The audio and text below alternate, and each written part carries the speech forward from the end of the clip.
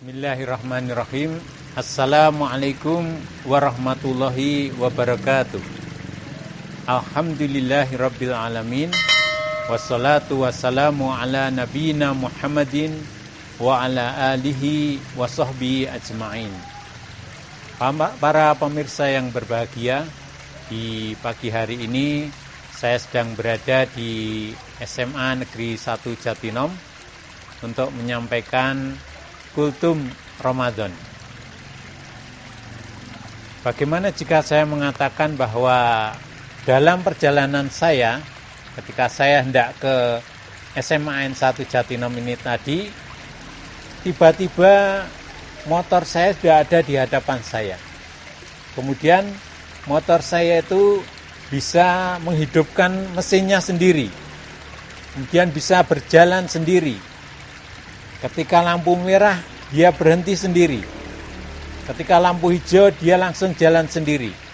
Bisa belok-belok sendiri sampai saya selamat sampai di SMA N1 Jatinom ini. Kalau saya mengatakan seperti itu, tentu Anda tidak akan percaya. Tentu Anda mengatakan bahwa itu adalah hal yang mustahil, hal yang dusta. Para pemirsa sekalian, itu baru hal yang kecil dari hanya sebuah motor. Lalu bagaimana dengan alam raya seisinya ini? Apakah dia bisa ada sendiri, kemudian bisa berjalan sendiri, bisa berputar sendiri dengan teratur?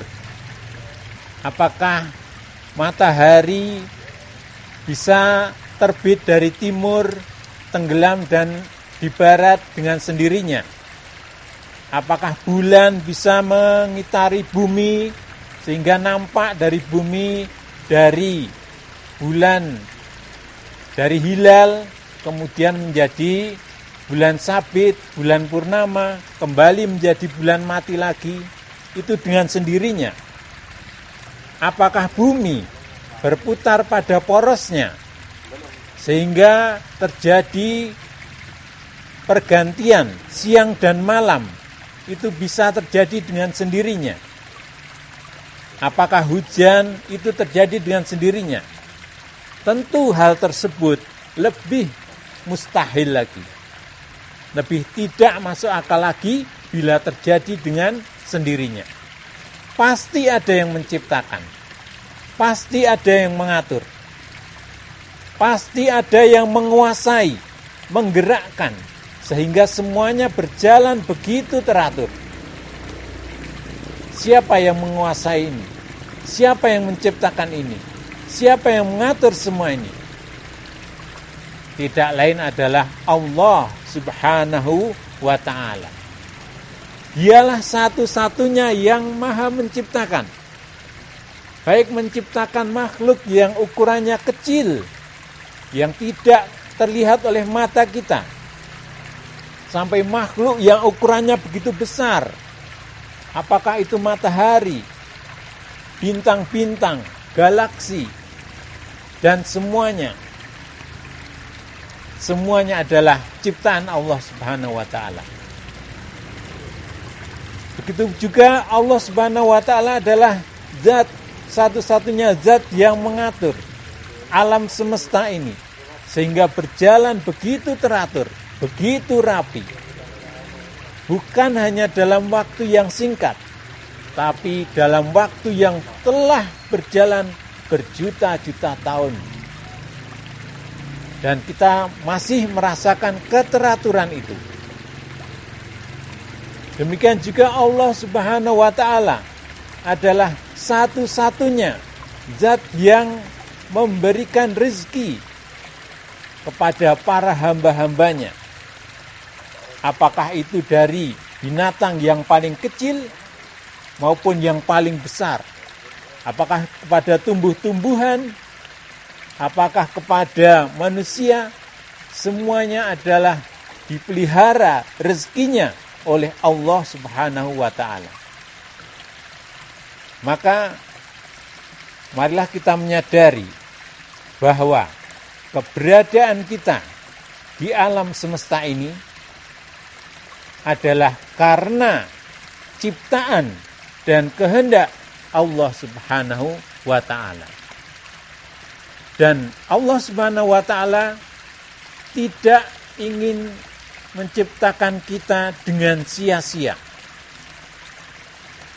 Allah Subhanahu wa ta'ala tidak ingin menciptakan kita, makhluknya yang mulia ini, para manusia, itu hanya untuk main-main ataupun hal-hal yang sia-sia, ataupun hanya menjadi bahan bakar neraka kelak. Tetapi Allah Subhanahu wa ta'ala menciptakan kita dengan tujuan yang mulia. Karena Allah Subhanahu wa ta'ala menginginkan kita kelak berada di tempat yang mulia, yaitu di jannahnya, di surganya yang penuh kenikmatan.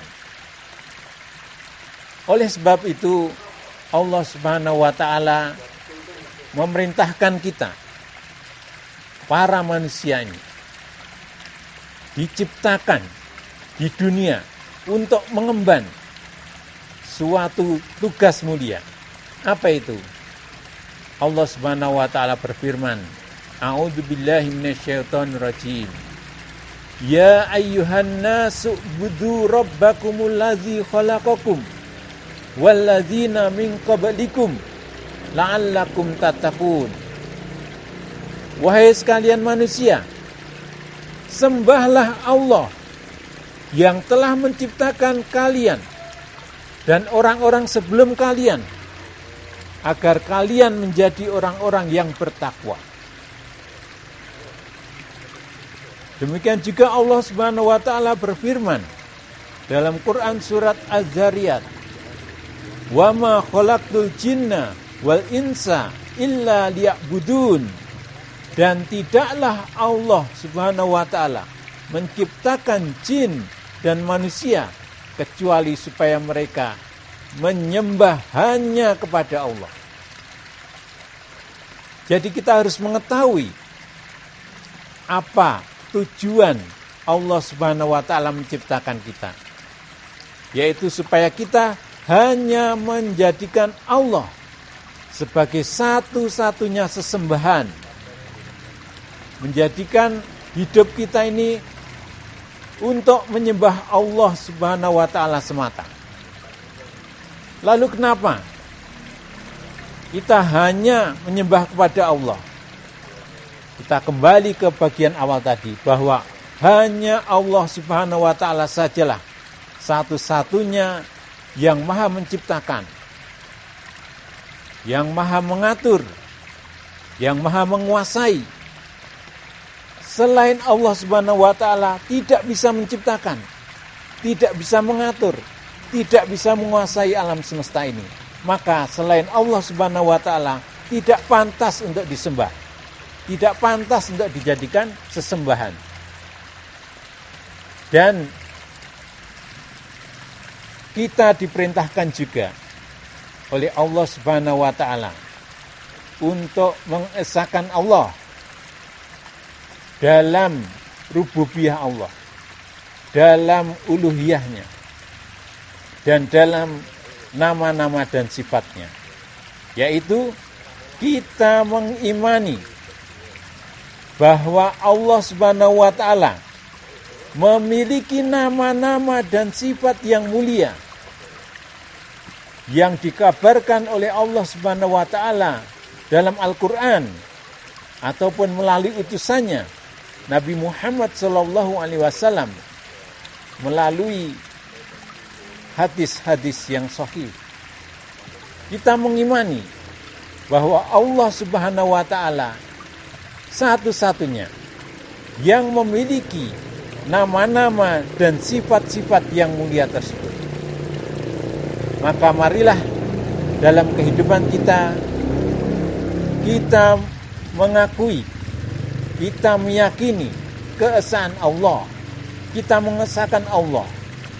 Yang pertama dalam hal rububiyahnya, yaitu dalam penciptaan, dalam pengaturan, dan dalam penguasaan alam semesta ini hanya Allah saja satu-satunya yang mampu. Kemudian yang kedua, kita menjadikan Allah Subhanahu wa taala satu-satunya sesembahan kita. Yang ketiga, kita meyakini bahwa Allah Subhanahu wa taala saja yang memiliki nama-nama dan sifat-sifat yang mulia. Para pemirsa yang berbahagia, saya kira cukup sekian kultum yang bisa saya sampaikan di pagi hari ini. Mohon maaf atas segala kesalahan dan kekurangan. Subhanakallahumma bihamdika asyhadu an la ilaha illa anta astaghfiruka wa atubu ilaik. Semanjat, asik, agamis, sopan, intelek, komunikatif. Assalamualaikum warahmatullahi wabarakatuh.